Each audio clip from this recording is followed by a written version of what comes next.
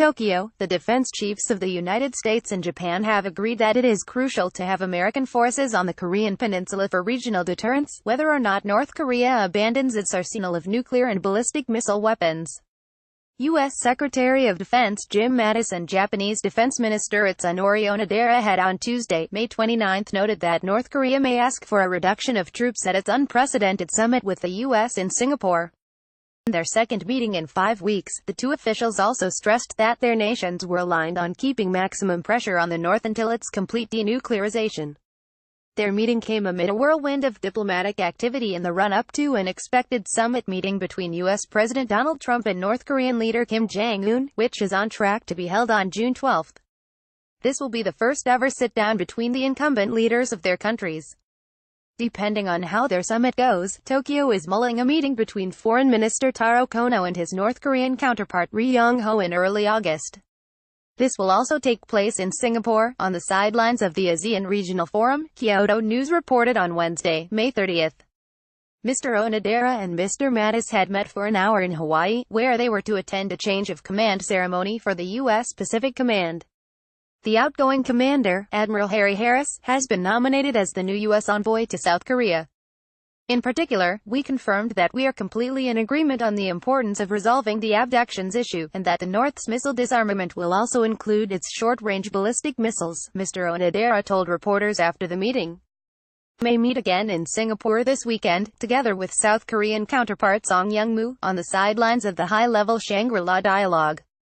Japan has set as a precondition for the normalization of ties with the North the resolution of the long-standing abductions issue.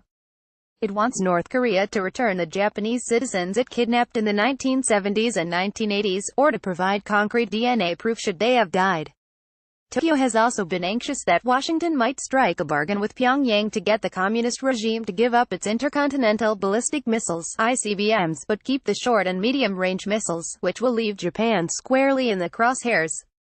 Their discussions came as Japan, long bound by a pacifist constitution that Prime Minister Shinzo Abe wants to revise, said last week that it wants to lift its self-imposed cap on defense spending at 1% of its gross domestic product.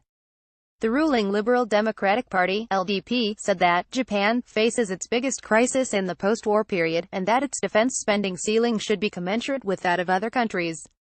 It often cites the North Atlantic Treaty Organization's target for its member nations to devote at least 2% of GDP to defense.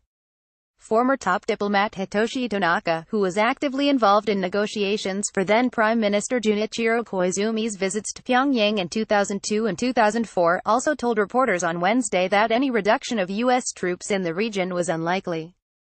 Mr. Tanaka, who now chairs the Japan Research Institute for International Strategy think tank, said, "Think about it. The U.S. sees Russia and China as security threats and are trying to counter these powers.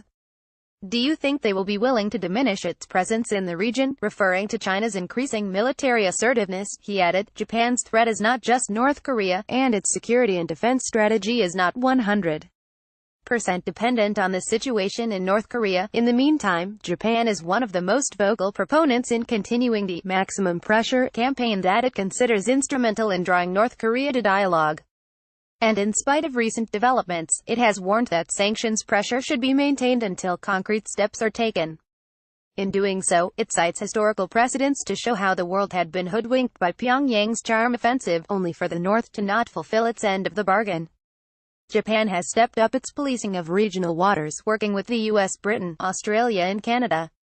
This month, it reported to the United Nations Security Council a suspected illicit ship-to-ship transfer between a North Korean-flagged vessel and what was purportedly a Chinese ship. Depending on how the talks between Mr. Trump and Mr. Kim turn out, Japan hopes to eventually lay the ground for Mr. Abe to meet the North Korean leader. Rather than merely relying on other countries, Mr. Tanaka said, these countries can help to build the momentum, but Japan has to directly confront North Korea to solve its own issues. And for this reason these talks should be held at the earliest possible time.